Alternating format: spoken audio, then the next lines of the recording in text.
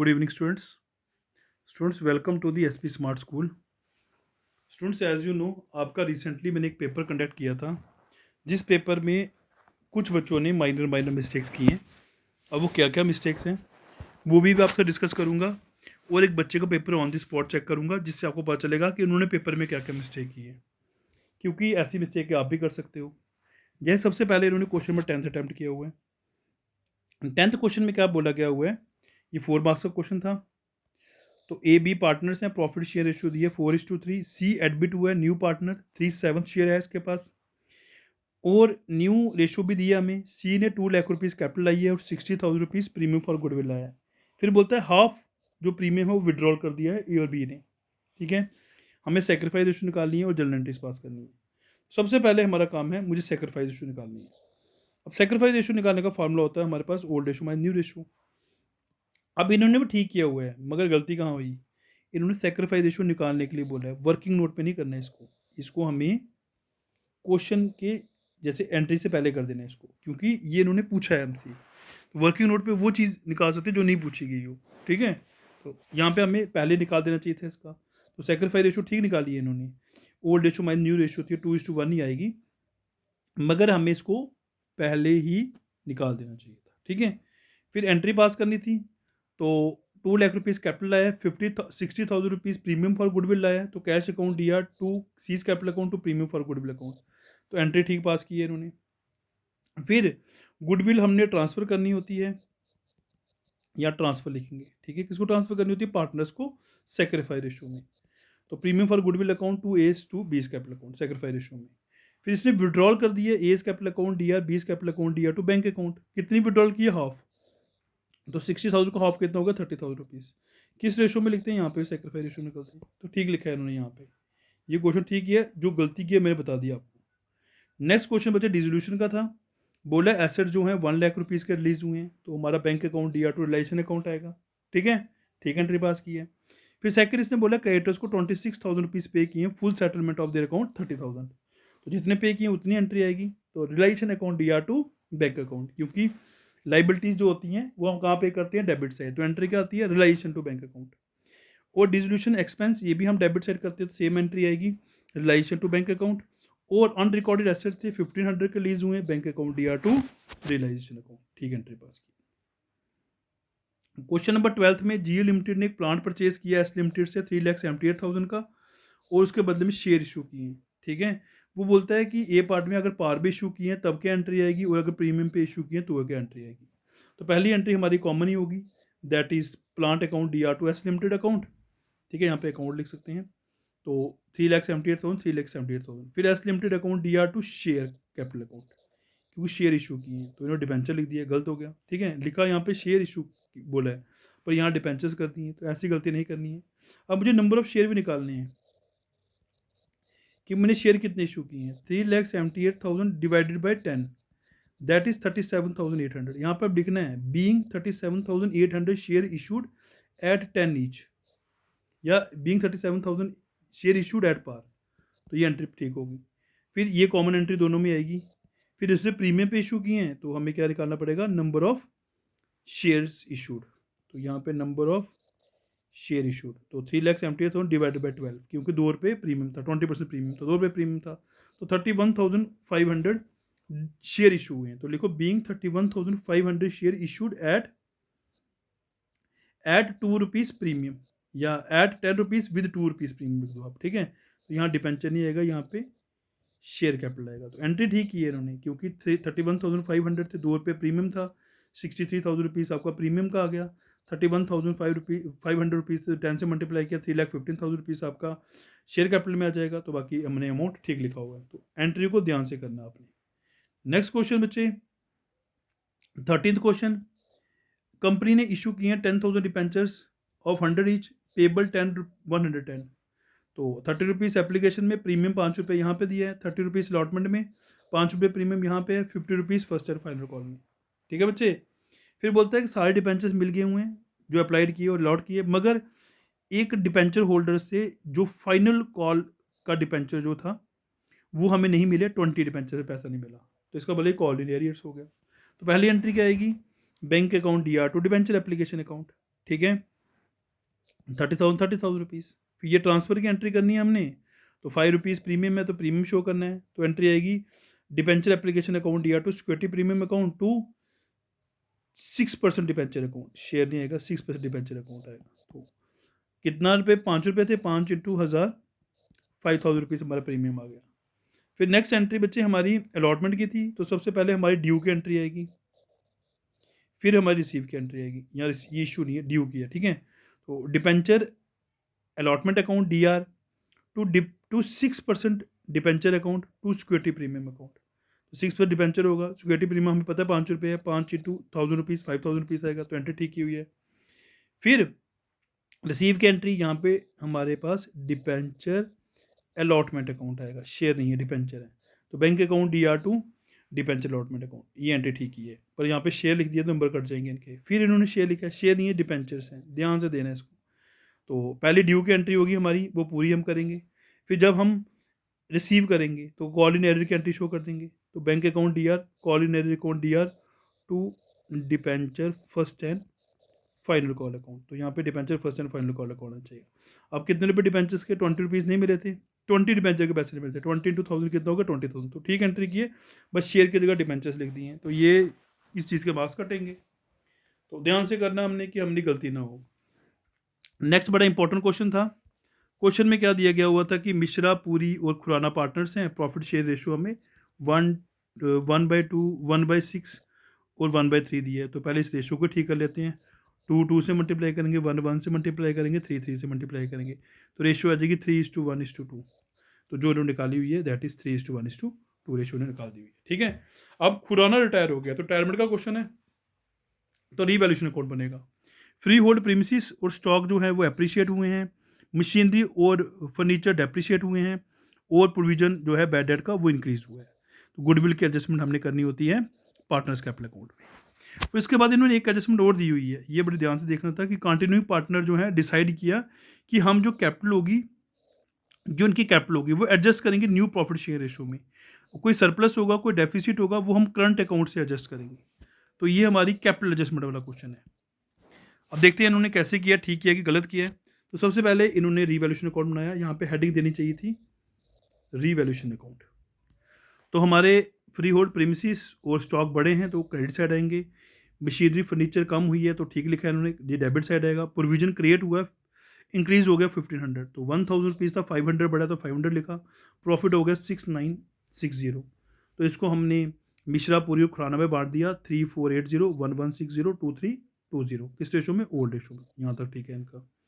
अब इन्होंने partners capital account बनाया है, तो पार्टनर्स कैपिटल अकाउंट को पहले तो मिडल में लिखना चाहिए था, सेकंड यहाँ पे डेबिट क्रेडिट लिखना चाहिए था, ये गलतियाँ नहीं करनी है हमने। तो सबसे पहले मुझे बैलेंस उतारना है, बैलेंस ठीक उतारा है इन्होंने। फिर रिजर्व जो है ओल्ड रेशो में बांटना है, तो रिजर्व भी इन्होंने ओल्ड रेशो में बांटा है, ठीक किया इन्होंने। फिर जो प्रॉफिट था वो भी उतार दिया इन्होंने। फिर गुडविल का ट्रीटमेंट किया होगा इन्होंने, तो टोटल गुडविल कितनी, 21,000। खुराना का शेयर कितना था, अभी हमने देखा 2/6, तो 2/6 से आ गए ₹7,000 खुराना का शेयर। अब खुराना को कौन बांटेंगे, शेयर कौन देंगे, रिमेनिंग शेयर्स किस रेशो में, गेनिंग रेशो में। तो गेनिंग रेशो क्या होगी हमारी, अब निकालने की ज़रूरत ही नहीं है, हमने अभी निकालना है 3:1:2। तो ये रिटायर हो गया, तो यही हमारी गेनिंग रेशो बच गई है ना बच्चे। जब कुछ ना बोलो तो जो न्यू रेशो होती है वही गेनिंग रेशो हो जाती है। तो हमारी गेनिंग रेशो क्या होगी, 3:1। तो 3:1 में हमने इसको एडजस्ट कर देना है। तो यहाँ पे टू मिश्रास कैपिटल अकाउंट आएगा, यहाँ पूरीज कैपिटल अकाउंट आएगा, 52501750, और यहाँ से इनके खाते से कट जाएगा, ये बैलेंस कैरी डाउन आ जाएगा। ये ठीक लिखा है इन्होंने, बैलेंस कैरी डाउन यहाँ लिखा। ये अब जो केस का अमाउंट होगा, जो मतलब खुराना का होगा, वो उसके लोन अकाउंट में ट्रांसफर होगा, यहाँ पे ठीक लिखा है, पर इन्होंने एडजस्टमेंट नहीं की यहाँ पे। अब इसने एडजस्टमेंट के लिए बोला था, एडजस्टमेंट करनी चाहिए थी, इसका मतलब इन्होंने एडजस्टमेंट नहीं किया। अब एडजस्टमेंट करनी चाहिए थी, क्या गलती हुई है अब मैं बताता हूँ आपको। मैं वेट, अब मैं इसको थोड़ा सा क्लियर करके इसको ही एक्सटेंड करता हूँ और इनका क्वेश्चन को ठीक करता हूँ कि कहाँ कहाँ गलतियाँ हुई हैं, फिर आपको एक आइडिया हो जाएगा कि सर हमने बोर्ड में ऐसी गलती नहीं करनी। ठीक है बच्चे, तो काफ़ी अच्छा पेपर किया था, मिस्टेक से माइनर माइनर, तो इस चीज़ को हमने बोर्ड एग्जाम में नहीं होने देना है। अब मैंने ये लिख दिया। अब इसकी कैपिटल कितनी आई थी मिश्रा की, दैट आई थी 34230। ठीक है बच्चे, ये मिश्रा की कैपिटल थी, और पूरी की कैपिटल कितनी थी, दैट इज़ 31410, ये 3 है, ठीक है। 31410 है, 31410, ठीक है। यहाँ पे 30,000 था, 31410, 31410 ये है वो, और ये इसका लोन अकाउंट में है। अब मैंने कैपिटल एडजस्टमेंट करनी है, मैंने बोला इसको प्लस करते हैं दोनों को, कितनी कैपिटल बनती है, प्लस करके आता है 65640। अब हमने क्या करना है, इसकी एडजस्टमेंट करनी है किस रेशो में, इनने बोला हुआ न्यू रेशो में, और कोई सरप्लस होगा या डेफिसिट होगा करंट अकाउंट से एडजस्ट करना है। तो सबसे पहले मुझे देखना है कि मिश्रा न्यू कैपिटल कितनी आएगी और पूरी न्यू कैपिटल कितनी आएगी, 65640, 65640, ठीक है। अब न्यू रेशो क्या आएगी इनकी, न्यू रेशो में पता चल गया सर, आपने खुद ही बोला था 3:1, तो 3/4 और इंटू 1/4, ठीक है बच्चे। तो ये अमाउंट आया मिश्रा का आ गया बच्चे 49230, और इनका आ गया 16410। अब मेरे का ये बैलेंस कैरी डाउन आया, यहाँ पे मैं नीचे लिखूंगा टू बैलेंस कैरी डाउन। तो मिश्रा का जो आया है वो मिश्रा में लिखूंगा, और खुराना का जो आया खुराना में लिखूंगा। मिश्रा का आया 49230 और खुराना का आया 16410। इसका मतलब अब मैंने क्या बोला था, जो डेफिसिट होगा सरप्लस होगा वो करंट अकाउंट से इनके एडजस्ट करना है। तो यहाँ पे क्या आएगा बच्चे, यहाँ पे हमें टू पूरी करंट अकाउंट, तो कितना डेफिसिट हो गया, 15,000 का डेफिसिट हो गया। माइनस कर दो ना, 31410 में से आप माइनस कर दोगे बच्चे, दैट इज 16410, तो पता चल जाएगा अमाउंट कितना बचेगा 15,000। तो हमने किस में एडजस्ट करना था, करंट अकाउंट में, ठीक है बच्चे। सेकंड, अब यहाँ पे भी हमने सेम तरीके से मिश्रा करंट अकाउंट लिख देना है, माई मिश्रास करंट अकाउंट। तो यहाँ पे कितना आ जाएगा बच्चे, यहाँ पे भी 15,000 रुपीज़ आ जाएगा, ठीक है, 15,000 रुपीज़। ऐसे एडजस्टमेंट करनी थी। यहाँ पे थोड़ा सा हमने प्लस में गलती की है, ये प्लस करके आएगा हमारे पास 33410, यहाँ पे आएगा 33410, क्योंकि 1750 माइनस करना है ना, तो यहाँ पे आएगा 31410। अब 31410 में से मैंने माइनस कर दिया 61410, ये इनके करंट अकाउंट में आ गया, ये मिश्रा के करंट अकाउंट में आ गया। तो लोन अकाउंट आपने ठीक निकाला हुआ था, यहाँ पे गलती हुई है। अब यहाँ पे गलती होगी तो यहाँ पे लोन अकाउंट में भी गलती होगी, सॉरी बैलेंस शीट में भी गलती होगी। बैलेंस शीट में सबसे पहले गलती क्या की है, बाय लिखा हुआ है, बाय नहीं लिखते, मेरे पास 2 बाय नहीं लिखते हैं, ये ध्यान देना इसका। फिर इनमें कुछ गलती नहीं है, यहाँ पे बस ये जो इनका करंट अकाउंट का बैलेंस होगा ये वाला, दैट इज दिस मिश्रा का, तो वो हमने यहाँ पे लिखना है, मिश्रास करंट अकाउंट 15,000 यहाँ लिखना है, और जो इनका पूरी का होगा वो यहाँ लिखना है, पूरी करंट अकाउंट 15,000 रुपये यहाँ पर लिखना है। बच्चे देखिए फिर समझिए, इन्होंने इनको कहा है कि आपको कैपिटल को एडजस्ट करना है न्यू प्रॉफिट शेयरिंग रेशो में, उसके बाद सरप्लस या डेफिसिट होगा वो आपने क्या करना है, करंट अकाउंट के थ्रू एडजस्ट करना है। तो मैंने दोनों की कैपिटल निकाल दी, जो मैंने बैलेंस कैरी डाउन निकाला था 34230, और इसका निकला था 31410, दोनों को मैंने यहाँ पे उतार दिया, दोनों की कैपिटल ये आ गई। फिर न्यू रेशो में मैंने इनको एडजस्ट कर दिया, फिर देख लिया किसका सरप्लस है किसका डेफिसिट है। तो आसान था, मुश्किल नहीं था, बस ध्यान से क्वेश्चन को करना चाहिए था। अब नेक्स्ट क्वेश्चन देखिए बच्चे, that is also very important, question number 15। XYZ partner है, प्रॉफिट शेयरिंग रेशियो दी है 2:1, तो डिसोल्यूशन का क्वेश्चन है, तो फॉर्म डिसॉल्व हो गई है, एक्स अपॉइंट किया गया है रिलाइजेशन का हेड। एक्स ने कहा कि मुझे क्या करना है कि आप मुझे जो भी एसेट रिलीज करूंगा मैं सारे एसेट्स को बैंक को छोड़ के, उसके लिए 5% कमीशन लूंगा मैं, और मैं रिलाइजेशन एक्सपेंस को खुद ही बेयर करूंगा। फिक्स एसेट जो रिलीज हुए हैं वो 4 लाख के हुए हैं, करंट एसेट जो हुए हैं 1 लाख के हुए हैं। तो डिसोल्यूशन का जो एक्सपेंस है, मतलब रिलाइजेशन एक्सपेंस जो आए हैं वो हैं 10,000 रुपीज़। तो सबसे पहले मैंने करंट और फिक्स एसेट उतार दिए, ये हमें दिए थे बैंक वाला पैसा छोड़ के। फिर हमने जो लाइबिलिटीज़ थी वो उतारी, फिर मैंने जो अमाउंट पे करने थे वो पे किए, फिक्स एसेट सोल्ड कर दिए, सॉरी करंट एसेट सोल्ड कर दिए हमने, that is of 5 lakh rupees. तो 5 लाख रुपीज़ का जो कमीशन होगी वो मैंने यहाँ लिख दी, टू जेड्स कमीशन अकाउंट कर देते हैं यहाँ पे, ठीक है। तो 25,000 रुपीज़ कमीशन आ गई, और जेड ने कहा कि मुझे रिलाइजेशन एक्सपेंस भी मैं ही बेयर करूँगा 10,000 रुपीज़, वो हो गया। और बैंक अकाउंट से मैंने जो क्रेडिटर्स थे वो पे कर दिए 15,000 रुपीज़, प्रॉफिट मेरा ठीक आया वो यहाँ पे।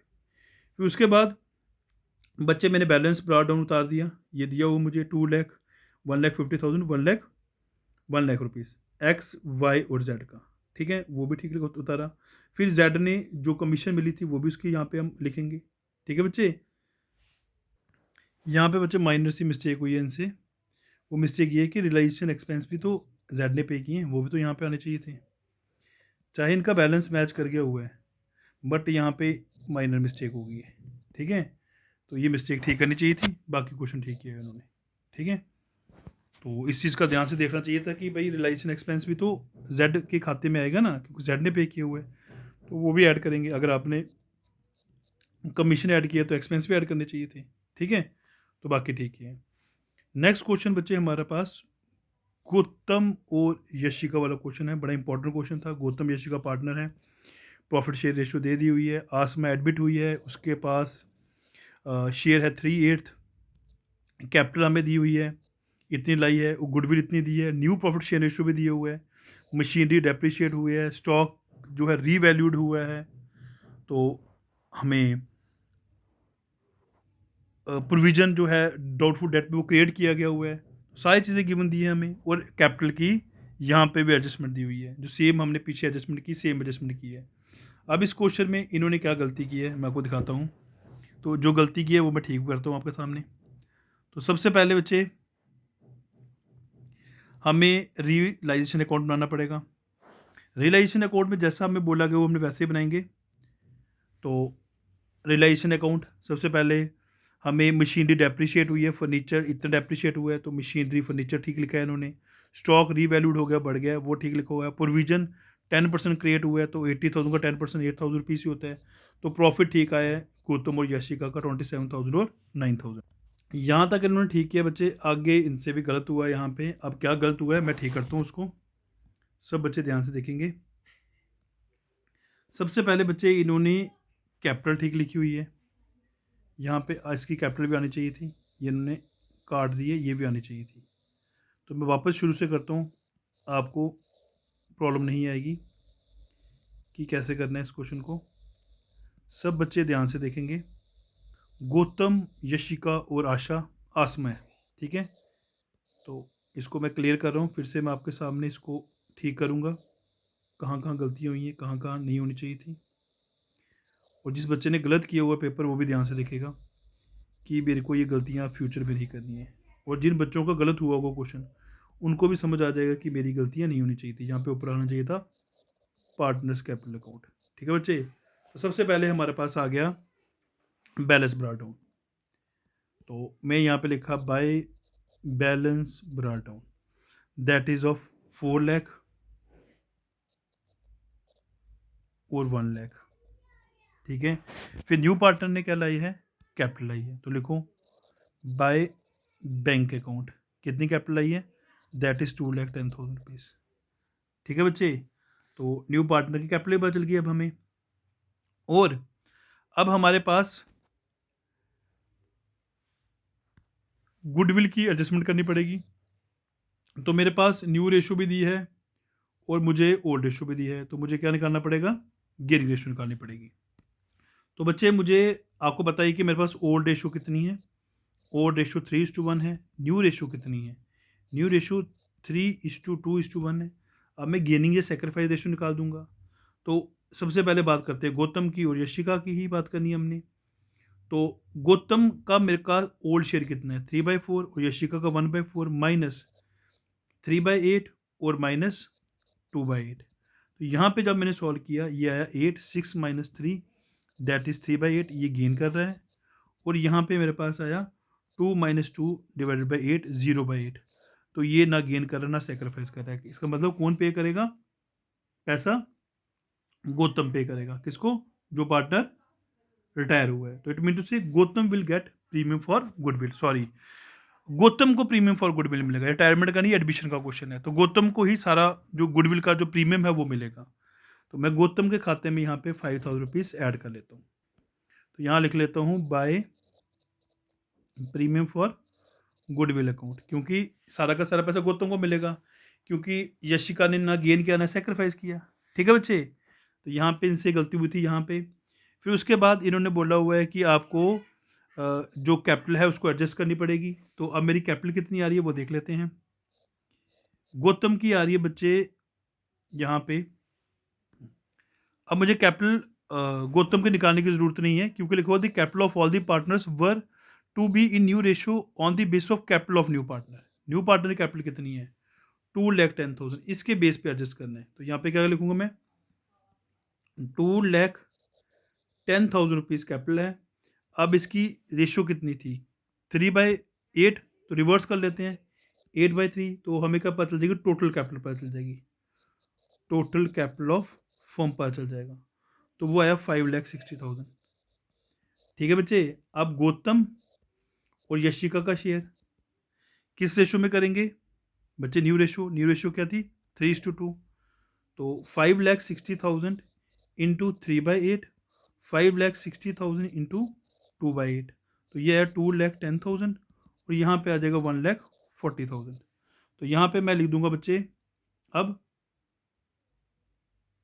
बैलेंस कैरी डाउन में जो मैंने आपको अमाउंट बोले, तो ये आ जाएगा आपके पास यहाँ पे to balance carry down 2,10,000 rupees Gautam का जो हमने निकाला, 1,40,000 रुपीज़ यशिका का, और आसमा का हमारे पास 2,10,000 रुपीज़ था। बाकी हमें क्या करना है, उनके करंट अकाउंट से एडजस्ट करना है। तो यहाँ पे आ जाएगा टू गौतम करंट अकाउंट। तो बच्चे ये हमारे पास टोटल कितना आया था यहाँ पे, अब यहाँ पे हमारा रीवैल्यूशन का प्रॉफिट रह गया था, वो भी लिखना है। टू रीवैल्यूशन अकाउंट 27,000, 9,000 वो हमारा रह गया था, वो भी लिखना था। अब इसको प्लस किया तो ये आ गया हमारे पास 4,77,000। यशिका का आ गया बच्चे, यहाँ पे हम लिखा है 1,09,000, और यशिका का एडजस्टमेंट भी करनी पड़ेगी करंट अकाउंट में। तो यशिका करंट अकाउंट, क्यों, क्योंकि यहाँ पे अमाउंट बड़ा बन रहा है। यहाँ पे कितना आ रहा है 1,40,000, यहाँ पे कम बन रहा है, तो कितना आएगा इसे करंट अकाउंट में 31,000।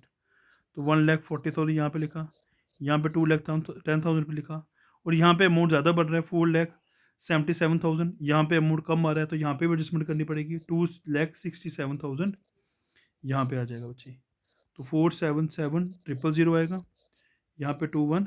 फिर देखिए बच्चे, अब एडजस्टमेंट कैसे की मैंने, ध्यान से समझिए सब बच्चे। सबसे पहले मैंने बैलेंस उतार दिया, फिर मैंने उसका बैंक अकाउंट उतारा, फिर प्रीमियम का बता दिया मैंने आपको। फिर क्या किया, जो न्यू पार्टनर की कैपिटल थी उससे मैंने टोटल कैपिटल निकाल दी। फिर देखा कि गौतम का बैलेंस इतना आना चाहिए था और यशिका का इतना आना चाहिए था, क्योंकि एडजस्टमेंट बोली थी न्यू रेशो में करनी है, तो वो लिख दिया। अब जिसका कम आ रहा होगा तो हमने क्या कर देना है, डेफिसिट और सरप्लस को करंट अकाउंट से एडजस्ट कर देना है। अब सेम मुझे क्या करना पड़ेगा, अब बैलेंस शीट बनानी पड़ेगी। तो बैलेंस शीट में उनकी गलती हुई होगी। अब बैलेंस शीट में कहाँ गलती हुई होगी देखते हैं। फर्नीचर ठीक लिखा है बच्चे, स्टॉक ठीक लिखा हुआ है, प्रोविजन फॉर डाउटफुल डेट ठीक लिखा हुआ है। ठीक है बच्चे, कैश इन हैंड गलत हो गया। अब कैश इन कैसे गलत हुआ, क्योंकि बच्चे इसमें प्रीमियम भी तो ऐड करना था 5,000 रुपीज़, वो नहीं ऐड किया उन्होंने, 50,000 रुपीज़ सॉरी। तो ये 50,000 रुपीज़ इनका प्रीमियम था, वो भी तो आना चाहिए था। ठीक है, और जो 2,10,000 रुपीज़ इन्होंने कैपिटल आई है वो भी तो आनी चाहिए थी, तो यहाँ पे इन्होंने गलत कर दिया है। तो इसका मतलब कितना आना चाहिए था, 90,000 प्लस 2,10,000 प्लस 50,000, तो ये आता है 3,50,000। यहाँ पे 3,50,000 रुपीज़ आना चाहिए था, यहाँ पे गलती हुई है बच्चे 3,50,000। ठीक है, तो इसको मैं ठीक कर देता हूँ आपको मैं।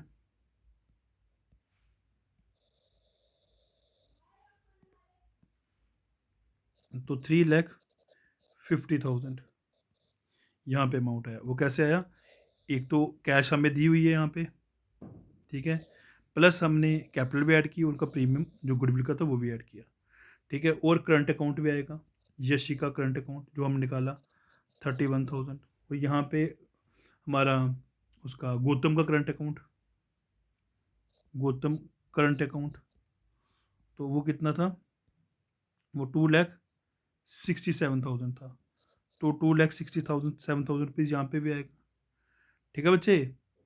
तो कैपिटल इनकी हमने गलत कर दिया, अब कैपिटल कितनी आएगी 2,10,000 जो मैंने निकाली, 1,40,000 और 2,10,000 ये कैपिटल आ जाएगी गौतम, यशिका और आसमा की, क्योंकि अभी अपन निकाली ऊपर ये 2,10,000, 1,40,000, 2,10,000 ये आ जाएगी। ठीक है, करंट अकाउंट का जो अमाउंट था दैट इज़ 2,67,000 वो भी यहाँ पे आ जाएगा। इसको ठीक कर देता हूँ फिर से मैं, आप कंफ्यूज नहीं होंगे। तो 2,67,000 भी यहाँ पे आएगा। तो क्या लिखेंगे, गौतम्स करंट अकाउंट। ठीक है बच्चे, तो बिल पेबल भी हमने लिखा हुआ है, तो अब हमारा आंसर बैलेंस मैच कर जाएगा। ये गलती हुई है इनसे, तो इंपॉर्टेंट चीज़ थी जो मैंने आपसे डिस्कस की। अब नेक्स्ट क्वेश्चन बच्चे इन्होंने अटैम्प्ट किए हुए हैं, फॉर फ्यूचर की एंट्रियाँ पास करनी होंगी। राजन को 150 शेयर इशू हुए 100 रुपीज़ के हिसाब से, ही कुड नॉट पे first call and final call. मैं 40 रुपये नहीं पे किए, बाकी पे किए हुए हैं। तो एंट्री ठीक पास की इन्होंने, 15,000 रुपीज़ टोटल आ गया। 40 रुपये जो नहीं पे किए वो हमारे कॉल इन एरर में आ गए, तो बाकी जो हमारे पास बचे 60 रुपीज़ वो हमारे फॉरफिट में आ गए। तो ठीक है इन्होंने। फिर एक्सॉन कंपनी वाला question, 500 shares of 110 each issued at premium पे इशू किए हैं। Application money for including premium has been receive, तो प्रीमियम शो ही नहीं करना अब हमने। Allotment of rupees has not been received, allotment नहीं रिसीव हुई है। Final call has not been made, अब फाइनल कॉल नहीं बनी है। तो मतलब कि हमारे पास टोटल कितना था, 10 रुपीज़ थे। ध्यान से देखिए, 10 रुपीज़ थे, जिसमें से 3 रुपये एप्लीकेशन के थे। तो मैंने बताया कि 3 रुपये एप्लीकेशन के हो गए, 3 रुपये अलॉटमेंट के हो गए, 4 रुपये आपके फर्स्ट एंड फाइनल कॉल के होंगे। इसका मतलब ये मिले नहीं है, तो टोटल कितने मिले हैं, 6। मिले 7 थे, मगर प्रीमियम रिसीव हुए वो नहीं शो करना, इन्होंने यहाँ पे शो कर दिया है। तो यहाँ पे 6 से मल्टीप्लाई होगा, तो एंट्री क्या होगी, 500 इंटू 6 वो आएगा 3,000। तो हमें मिले कितने हैं, 3। नहीं मिलने हैं कितने, 3। तो यहाँ पे 1,500, यहाँ पे 1,500 आएगा। बच्चे समझ आई, ये गलती हुई है इनसे। तो यहाँ पे बच्चे गलती होगी। अब मैंने क्या बोला, जब प्रीमियम रिसीव हो जाएगा तो प्रीमियम शो नहीं करना होता। अब एप्लीकेशन कितने की थी, 3 रुपये था, 1 रुपये प्रीमियम मिल गया, बताओ ही मत इसको। 3 रुपये अलॉटमेंट थी, 4 रुपये बने नहीं है, तो टोटल कितने हैं, 6 हैं। तो 6 की एंट्री होगी यहाँ पे। तो मिले कितने हैं, 3। तो नहीं मिले कितने हैं, 3। तो 3 इंटू 500, 1,500 रुपये आपको कॉल इन एरर में आ जाएगा। 3 इंटू 500 हमारा फॉरफिट में आ जाएगा। अब अगला देखिए, 1 मार्क्स के 5 क्वेश्चन हैं। लिखो, name the account which to which the amount of premium received on issue of debentures is to be credited. तो इन्होंने लिखा हुआ है सिक्योरिटी प्रीमियम रिजर्व अकाउंट, ठीक लिखा हुआ है। What is the formula of new ratio, तो ओल्ड प्लस गेनिंग। फिर लिखा हुआ द फर्म में maintains the partners capital account under the fix capital account method. The accountant of the firm credited the salary and the interest of capital to their capital account. Is the treatment is correct, give reasons. तो ये गलत है, क्योंकि उसको current account में करना चाहिए था, तो ठीक लिखा है इन्होंने यहाँ पे। फिर सेक्रीफाइस रेशियो न्यू रेशियो में क्या डिफरेंस होता है, तो हमें एक एक दो लाइन में लिख सकते हैं कि सेक्रीफाइस रेशियो का क्या फार्मूला है, न्यू रेशियो का क्या फार्मूला है। ठीक है, और सेक्रीफाइस रेशियो कब निकालते हैं, न्यू रेशियो कब निकालते हैं। फिर बताया हुआ कि ABC limited 1,000 shares of 10 each, application receive 1,500 shares, what kind of subscription this, तो ये ओवर सब्सक्रिप्शन हो गई, तो ठीक लिखा हुआ इन्होंने यहाँ पे। फिर पूछा हुआ है इसके कोई ट्रीटमेंट बता दो अल्टरनेटिव, तो इन्होंने बताया रिफंड भी कर सकते हैं, प्रो राटा अलॉटमेंट कर सकते हैं, री अलॉटमेंट भी हो सकती है। ठीक है, तो ये ओवर सब्सक्रिप्शन के केसेस होते हैं, हमें पता होना चाहिए कि हम क्या कर सकते हैं, रिफंड कर सकते हैं, प्रो राटा अलॉटमेंट कर सकते हैं, या हम री अलॉटमेंट कर सकते हैं, रिजेक्ट भी कर सकते हैं। ठीक है, और कुछ पास भी रख सकते हैं। तो ठीक लिखा हुआ इन्होंने, पूरे मार्क्स मिल जाएंगे। फिर नेक्स्ट क्वेश्चन बच्चे, आपको कॉल इन एरियर और कॉल इन एडवांस में डिफरेंस बोला गया हुआ है। तो एरियर पैसा नहीं मिलता, एडवांस हम एडवांस में ले लेते हैं। तो एरियर को हम डेबिट करते हैं, एडवांस को हम क्रेडिट करते हैं। ठीक है, तो जो इसकी हमें परसेंटेज दी गई हुई है कि कॉल इन एरियर का इंटरेस्ट कितना होता है, 10% होता है, और एडवांस का 12% होता है, वो हमें याद रखना है। ठीक है, ये तो आपको आता ही है क्वेश्चन। फिर उसके बाद वर्कमैन कंपनसेशन रिजर्व का ट्रीटमेंट बोला गया हुआ है, तो उसकी हमें पता ही है कि ये जो रिजर्व होता है ये ओल्ड पार्टनर्स को मिल जाता है ओल्ड रेशो में, तो ठीक लिखा है इन्होंने ये भी।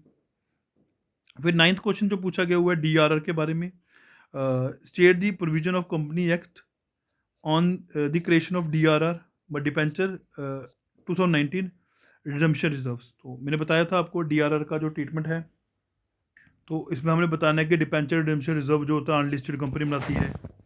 ठीक है, ये किसी फाइनेंशियल इंस्टीट्यूशन को बनाने की ज़रूरत नहीं पड़ती, लिस्टेड कंपनी नहीं क्रिएट करती है, 10% फेस वैल्यू पे होता है, तो ठीक लिखा हुआ इन्होंने, तो पूरे मार्क्स मिल जाएंगे इसके। नेक्स्ट क्वेश्चन नंबर 19 किया है इन्होंने। 19th क्वेश्चन में मैंने आपको,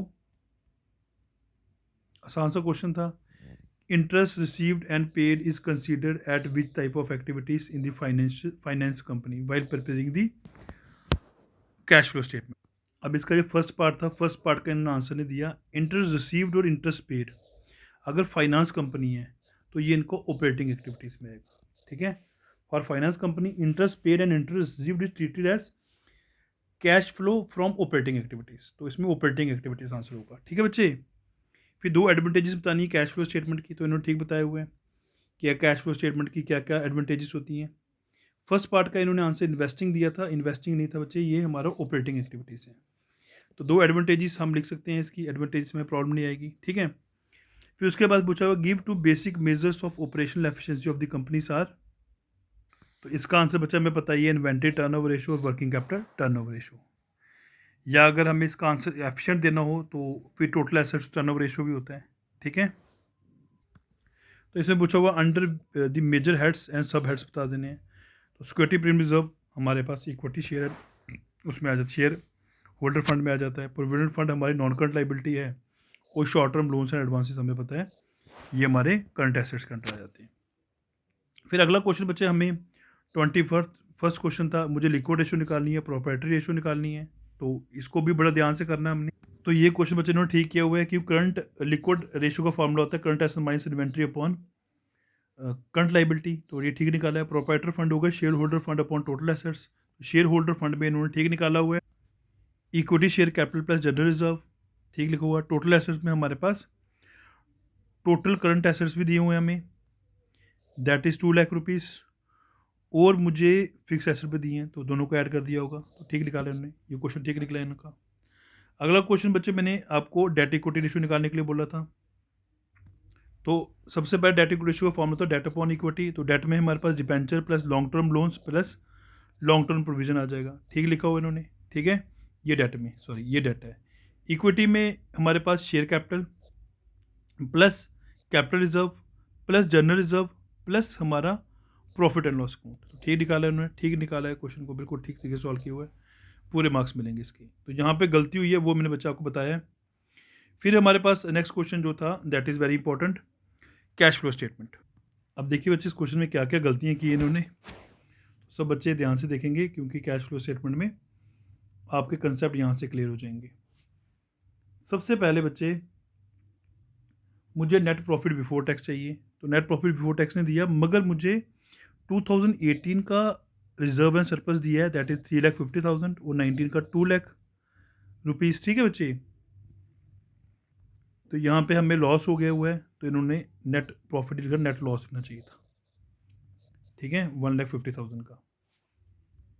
अब इस क्वेश्चन बच्चे गलती क्या हुई, ये ईयर नीचे दिया है 2018-17, यहाँ पे भी 18-17 होना चाहिए था, ठीक है, ये 17 ईयर हुआ होगा, तो आपका ये क्वेश्चन थोड़ा सा गलत हो गया होगा। अब इसको ठीक करता हूँ आपको मैं, अब इसको 17 ईयर लेके चलते हैं, तो कैसे करेंगे, क्योंकि इस क्वेश्चन में थोड़ी सी मिसप्रिंट है, तो बट अटैम्प्ट ठीक किया है। अब आपको ये पता चल गलतियाँ कहाँ को हुई हैं। अगर मैं इसको 17 और 18 लेके चलता हूँ, ठीक है, तो सबसे पहले मेरे पास रिजर्व सरप्लस, तो इस 17 से 18 1,50,000, तो 1,50,000 रुपीज़ हमारा प्लस में आ जाएगा, नेट प्रॉफिट ही होगा, पर यहाँ पे हमारा अमाउंट प्लस में होगा। सबसे पहले मैं क्या करूँगा, यहाँ पे 1 लाख, अब ध्यान से देखना बच्चे, तो ये आपको इसके अगर ऐसा क्वेश्चन बोर्ड में हो जाता है तो ग्रेस मार्क्स मिल जाते हैं, तो 1,50,000 यहाँ लिख लेता हूँ, 1,50,000। फिर हमारे पास जो रिजर्व है, रिजर्व वो कितना है जनरल रिजर्व में, अब देखिए मैं रिजर्व में तो मेरा यही था, इसके अलावा रिजर्व में कुछ नहीं था, मगर यहाँ पे मुझे मशीनरी अकाउंट बनाना पड़ेगा क्योंकि एडजस्टमेंट दिए मुझे, तो यहाँ पे मैं मशीनरी अकाउंट बना देता हूँ बच्चे।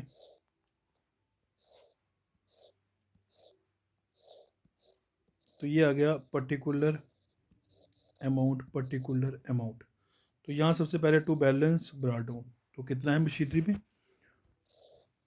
2 लाख रुपीज़, तो 2 लाख रुपीज़ यहाँ पे आ जाएगा बच्चे।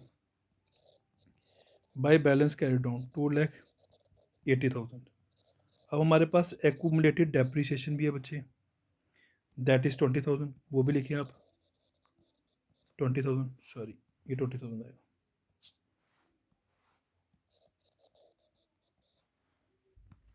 अब बच्चे मैंने देखा कि एक्यूमुलेटेड डेप्रिसिएशन कितनी है, 80,000।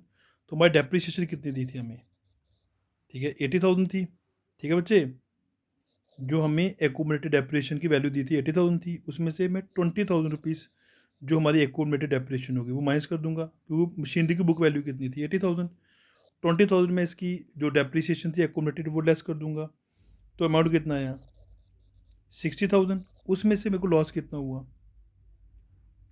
लॉस हो गया 18,000 का, ठीक है बच्चे। तो बाकी कितना बचा 42,000। तो बच्चे मैंने देखा कि इसकी बुक वैल्यू कितनी थी 80,000, 20,000 एक्यूमुलेटेड डेप्रिसिएशन होगी, वैल्यू कितनी रहेगी 16,000, 18,000 लॉस था यहाँ पे दिया हुआ आपको। तो अब कितना वैल्यू बच गया 42,000, यहाँ पे आ जाएगा बाय बैंक अकाउंट 42,000।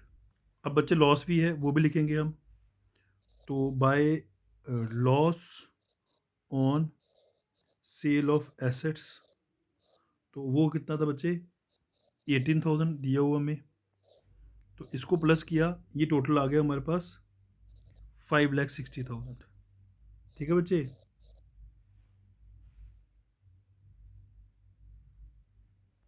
सॉरी यहाँ पे 3,60,000 है, इसको साफ लिख लेता हूँ फिर से। तो इसको प्लस करके आ रहा है 3,60,000। अब हम देख लेंगे हमने परचेज़ किया कि सेल किया है। तो जब हम टोटल करेंगे तो यहाँ पे हमारा बैलेंस कम आ रहा है, तो टू बैंक अकाउंट परचेज़ कर देंगे, अच्छा ठीक है। तो ये कितना आ जाएगा 2 लाख है ना, तो 3,60,000 में से 2 लाख गया तो 1,60,000 हमारा परचेज में आ गया। अब बच्चे सेकेंड अकॉर्डिंग बनाना पड़ेगा एक्यूमुलेटेड डेप्रिसिएशन अकाउंट। अब एक्यूमुलेटेड डेप्रिसिएशन अकाउंट का नेचर जो होता है वो लाइबिलिटी नेचर का अकाउंट होता है। तो यहाँ पे पर्टिकुलर अमाउंट तो यहाँ पे लिखेंगे बाय बैलेंस ब्रॉट डाउन। अब बैलेंस हमारा क्रेडिट साइड आ जाएगा, ठीक है बच्चे। तो कितना बैलेंस दिया है दैट इज़ 80,000, तो 80,000 रुपीज़ यहाँ पे आ गया। टू बैलेंस कैरी डाउन, ये नीचे लिख लेता हूँ, टू बैलेंस कैरी डाउन, तो ये कितना आ जाएगा बच्चे, कैरी डाउन आ जाएगा हमारे पास बैलेंस कितना दिया था 1 लाख रुपीज़, तो 1 लाख रुपीज़ हमारा बैलेंस कैरी डाउन में आ गया। अब हम जब मशीनरी बेची थी तो उसमें एक्यूमुलेटेड डेप्रिसिएशन 20,000 थी ना बच्चे, तो वो भी तो यहाँ पे आएगा, ठीक है। तो उसकी एंट्री क्या पास हुई होगी एक्यूमुलेटेड डेप्रिसिएशन अकाउंट दिया टू मशीनरी अकाउंट, तो यहाँ पे हम टू मशीनरी लिख लेते हैं, कितना 20,000। टोटल कर लेते हैं यहाँ पे 1,20,000 यहाँ पे आया बच्चे, 1,20,000 पे यहाँ पे आ जाएगा। अब यहाँ बच गया जो हमारा बैलेंस वो कितना बचा 40,000 रुपीज़, तो यहाँ पे क्या लिखेंगे by statement of profit and loss account, ठीक है बच्चे। अब बच्चे क्वेश्चन पे आ जाते हैं, देखते हैं कहाँ कहाँ गलतियाँ हुई हैं। नेट प्रॉफिट मैंने बता दिया, अब मेरे को चेंज कर दिया ईयर, ये हमारा नीचे क्वेश्चन में गलत हुआ 17-18 है। तो नेट प्रॉफिट कितना था 1,50,000, तो हमने 1,50,000 लिखा हुआ है। फिर नेक्स्ट हमारे पास आ जाएगा नॉन कैश एक्सपेंस, जिसको हम बोलते हैं नॉन ऑपरेटिंग एक्सपेंस। सबसे पहले हमारे पास क्या है डेप्रिसिएशन, कितनी है डेप्रिसिएशन। अब बच्चे डेप्रिसिएशन हमें निकाली थी 40,000, तो यहाँ पे 40,000 रुपीज़ आएगा, ठीक है, ये आएगा 40,000। फिर हमारे पास लॉस ठीक लिखा हुआ है इन्होंने, ठीक है बच्चे, लॉस ऑन सेल ठीक लिखा हुआ है। तो गुडविल हमारी कितनी थी, सॉरी गुडविल जो थी बच्चे वो 18,000 थी, ठीक लिखा हुआ बच्चे, ठीक है।